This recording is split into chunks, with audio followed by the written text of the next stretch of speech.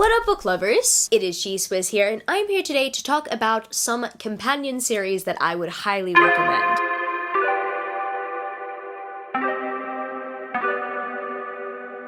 If you didn't know, this is a 7 on Sunday topic, and I am the host of 7 on Sunday. I will link the Goodreads page down in the description where you can check it out. You can participate in a topic in the future, or you can suggest a topic. And this week's topic was inspired by the fact that we have done different recommendation videos in the past. We've done standalone recommendation videos or series recommendation videos based on quantity. However, we have not yet done companion series recommendations. And as someone who is a series lover, companion series used to very much intimidate me. I'd say at the very beginning of this year, I was highly intimidated by the idea of companion series. But I am happy to say that after some experimentation when it came to my TBR, after trying out a few companion series, I'm confident to say that I love companion series. In fact, if anything, companion series are a perfect alternative to standalones, because standalones do very much intimidate me, but oh boy, when a standalone story is within a companion series or is in a shared universe with another book or some other books in a companion series, that is so exciting to me. I don't know why. It just makes me so excited because it's like the author did not waste their potential on one story. Like when it comes to the world that they built or maybe the town that they display. I mean, it really depends if we're talking about contemporary or fantasy or sci-fi. There's a spectrum here, but those are the 3 genres that I will be recommending. I've got 1 sci-fi recommendation, 4 contemporary recommendations, and 4 fantasy-like recommendations here today. So when it comes to the companion series that I am recommending today, in those series I've read at least 2 books. There are so many other companion books or series that I did want to recommend, but in those additional companion series I've only either read 1 book or I didn't love them as much as these ones. I do want to make like a second part eventually in the future when I've read enough to make up another video, but today I've got 9 companion series recommendations and I am so looking forward to sharing them with you. So I guess without further ado, let's get straight into this companion series recommendation video, and hopefully if you are intimidated by companion series like I was, I hope this video is a helpful resource for you. So I'm going to start off with my 1 sci-fi series recommendation. I do very much want to read more books by this author, and they do kind of specialize in companion sci-fi series, but this is the only series that I've read from start to finish from them that I would highly recommend. And that, my friends, is the Consortium Rebellion by Jessie Mihalik, which consists of Polaris Rising, Aurora Blazing, and finally Chaos Reigning. Pretty much this is a sci-fi romance series, so I would definitely recommend if you are very much into both things, because yes, while there are romantic subplots, there's a very fun action-packed sci-fi story in here that is very much political. I love how the politics are woven into the entire story, and in this story we are following 3 sisters. I honestly kind of wish that we followed all siblings, even though yes, there are technically 7 siblings in this family. And I mean, if there's anything that you can take away from that, it's that all of them were interesting, and Jessie Mihalik has a way of making all of her characters super interesting. I personally really loved the first 2 books, and I very much believe that's because the characters in both these books, like the cast, kind of like interchanged and overlapped with each other, whereas this book kind of felt fresh in the series. We were following the younger sister. I didn't love this one as much, but I know that so many people actually prefer Katrina's story. It was a great series, and this was an excellent conclusion to the companion series. I love that all these stories intertwine well with each other, and I would say if you're wanting a series that is very much action-packed and also very much has some swoon-worthy romantic tropes, I would definitely recommend the Consortium Rebellion. Alright, let's get into my contemporary recommendations. Kicking off the contemporary companion series recommendations, of course I have to recommend the Bellinger Sisters series by Tessa Bailey. I love this series so much, and this one isn't much of a commitment at all. It's literally just 2 books. I hope that there's a secret Bellinger sister out there, because I do want a 3rd book, but that is okay. But pretty much this romantic companion series is highly recommended to those who absolutely love the TV show Schitt's Creek, which is a TV show that I haven't like fully dived into. I really do enjoy that show, but I haven't finished season 1. Every once in a while I will pick up that TV show and I will enjoy it. It's just sometimes other things get in the way. Oh my goodness, guys, I literally just got Apple TV a free trial because I just got a new iPhone and I have been binge watching Ted Lasso, and Schitt's Creek was meant to be my new feel-good TV show. Now Ted Lasso has completely taken that spot, but I promise you guys, I will continue on with Schitt's Creek. A lot of people watched Schitt's Creek and went into this book series, and they did enjoy it. I think some of them prefer Schitt's Creek, but I feel like this series got me prepared to watch Schitt's Creek. I am honestly so thankful for that because it made me realize that Schitt's Creek might just be one of my next favorite TV shows. Cannot wait to continue on with it. But I absolutely love the story, and whilst I do kind of like give it as a comp title to Schitt's Creek, it's still very much different. It's very much unique, and if you do enjoy Tessa Bailey's writing style and anything else that she's written, oh boy, you will especially love it in this series. This book was the first Tessa Bailey book I picked up, and she instantly became a new favorite author of mine. But wait, you think I was done with Tessa Bailey? No.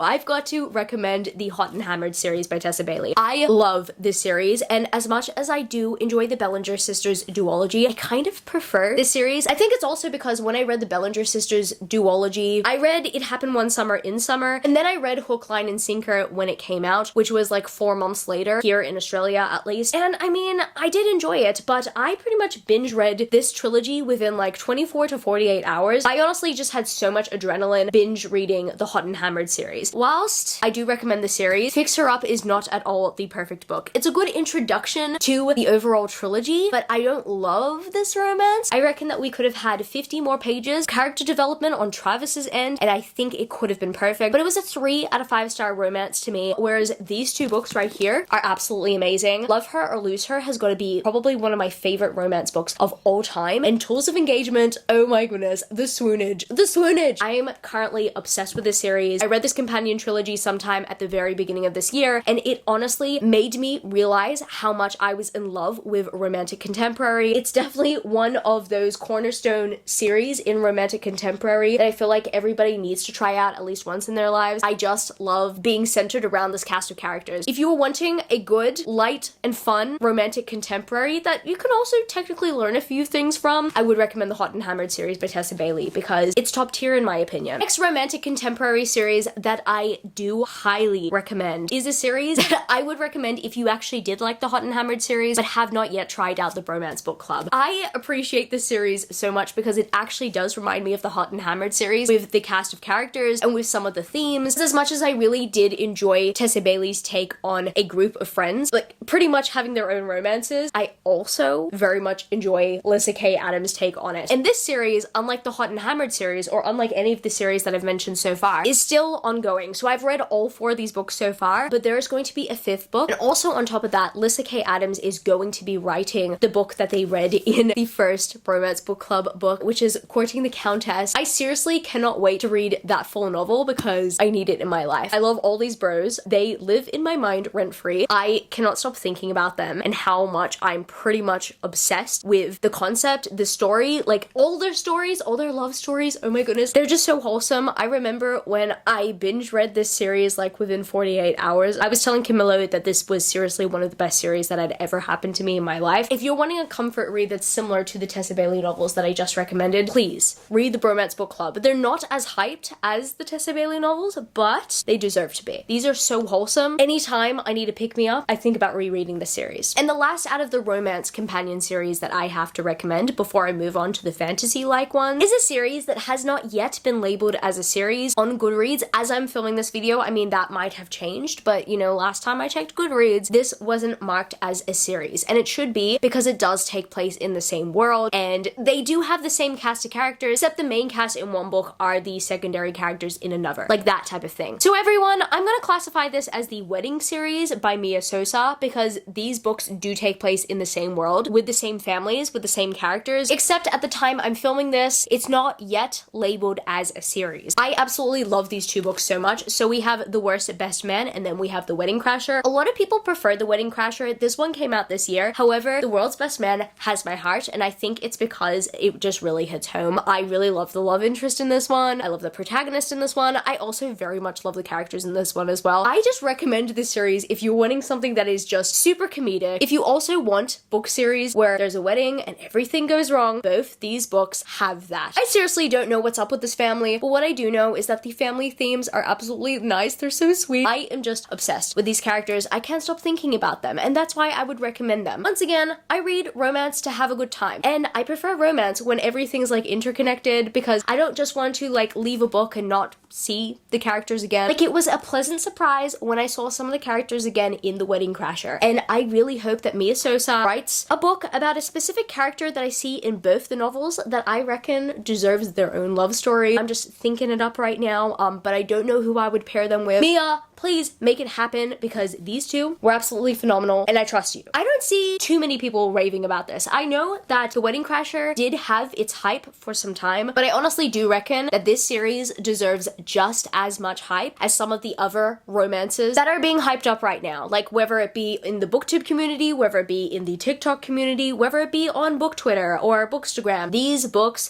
deserve the hype. The first fantasy-like companion series that I've got to recommend, I say is fantasy-like because there are fantastical elements in here. However, it very much reads like a contemporary. I can reassure you that the Fix-It Witches series by Anna Guire does contain magic. This book right here, Witch Please, reads more like a contemporary, whereas Boss Witch definitely has a lot more fantastical elements and a lot more politics, if I do say so myself. If you liked any of my previous romantic contemporary recommendations on this list, but you're also wanting something that involves magic, then look no further. This series right here is for you. Also, if you are a fan of books like The X-Hex, I would definitely also recommend the series because it's a perfect comp title. I would have recommended The X-Hex today, however, The Kiss Curse, as I'm filming this video, is not yet out, and I want to read that one before I recommend that as a companion series recommendation, you know, because I've only read The X-Hex. I absolutely love this series so far. There's going to be a third book called Extra Witchy, and I am so looking forward to that one because after Boss Witch, I need to know what happens next in this world. I definitely recommend these for a good time. Whether you are a contemporary lover, whether you are a romance lover, whether you are a magical lover or a fantasy lover,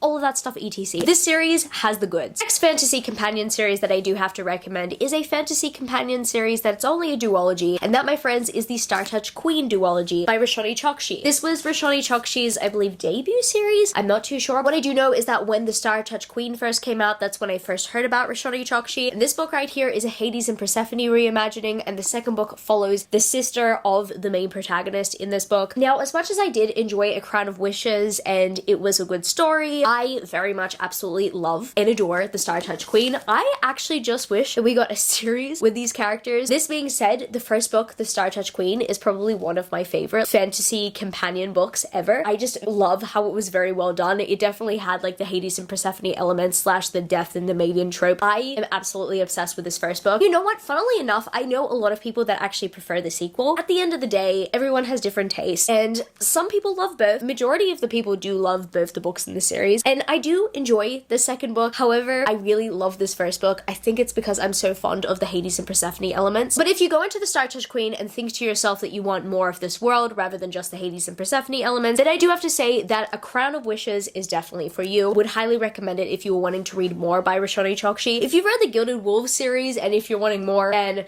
this series right here, the Startouch Queen duology, needs more hype in my opinion. And the second last series that I have got to recommend in the fantasy category is an apocalyptic fantasy. And I reckon that a lot of you guys know that I'm going to bring up the Four Horsemen series by Laura Thalassa. I don't recommend this series for romantic purposes at all. Some people are like, oh yeah, this is a toxic romance, and I do recommend it. I recommend this series as a character study of the Four Horsemen, personally. At first, I expected this to be a romance series that I would sink my teeth into. And yes, you know what? There are romantic elements in it that are good, but at the very same time, very Stockholm Syndrome-y. If anything, I really appreciate the Four Horsemen series for a deep dive on every single one of the horsemen. These books do not take place at the same time. They actually take place in order of events, and I actually really appreciate that, because if they did take place at the same time, I feel like we'd be missing out on a lot. I am kind of obsessed with the series. Yes, so obsessed that I have 2 sets. No jokes. I actually purchased the 2 sets before reading it. I know, the audacity, right? But at the end of the day, I don't regret the reckless monetary decisions that I made with this series because it was worth it. I'd say if you're just wanting a series that is entertaining, I'm not condoning the actions of the horsemen in here. They're just terrible. Downright terrible. You're wanting characters that are absolutely flawed, like in every way possible. But if you're wanting a story that is very much engaging, but also makes you think a lot about life and death and humanity, the Four Horsemen series is one that I would recommend. Yes, I've said it once, I've said it a few times, and I will say it again. I would recommend this series for character study purposes. And the final romantic companion series that I do absolutely have to recommend, that I would recommend, yes, for romantic purposes, completely opposite from the Four Horsemen series, because this series is a lot more wholesome, and yes, it does get intense. However, it definitely leaves you more with the warm fuzzies at the end of the day. Rather than all those questionable feelings, I have absolute certainty that I love and adore these romances, even though I'm technically only halfway through this romantic companion series so far. And that, my friends, is the Entangled Buffet series by Tessandra Odette. As I'm filming this, today I finished Heart of the Raven Prince, which is the second book. So this series actually consists of fairy tale reimaginings. The first book being a reimagining of Beauty and the Beast, it being Curse of the Wolf King, the second book being a Cinderella reimagining, and oh my goodness, it was absolutely incredible. It being Heart of the Raven Prince, this one was really good. The third one being a Little Mermaid reimagining, it being Kiss of the Selkie. And the most recent book being out now is a Snow White reimagining, and it being A Taste of Poison. As I mentioned, I'm halfway through the series and I am enjoying it so far. If you have read the Fair Isle trilogy by Tessandra Odette, this book series takes place in the same universe, but it takes place 21 years after the initial Fair Isle trilogy. And I would still highly recommend you check out the Fair Isle trilogy if you haven't yet, but you don't necessarily need to read the original Fair Isle trilogy to go into this series. However, you will be spoiled for it because it does make some references to the Fair Isle trilogy, and if you want the full experience, I would highly recommend it. By the way, while I'm on the subject of the Fair Isle trilogy, I do recommend it, especially if you love the Cruel Prince trilogy, because it definitely gives me those vibes, and this world is so expansive, and I'm really happy that Tessandra Odette did not waste her potential with this world, because she built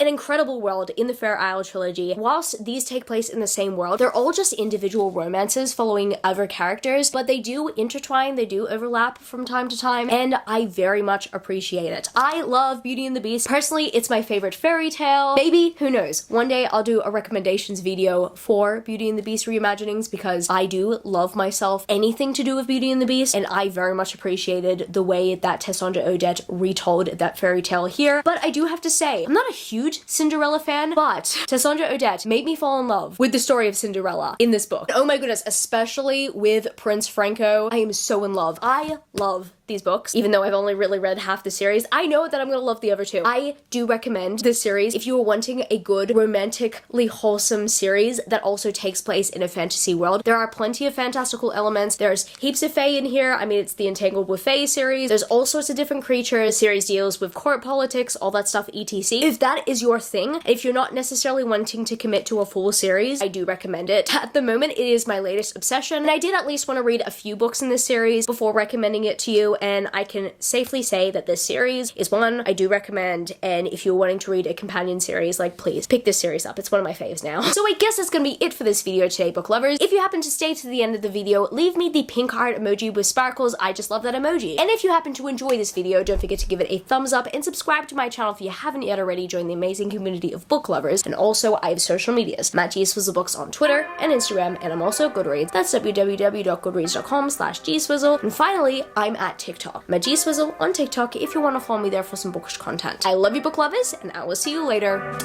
Peace. How did I weigh half when I flipped it in a double? How did I weigh half when I flipped it in a double?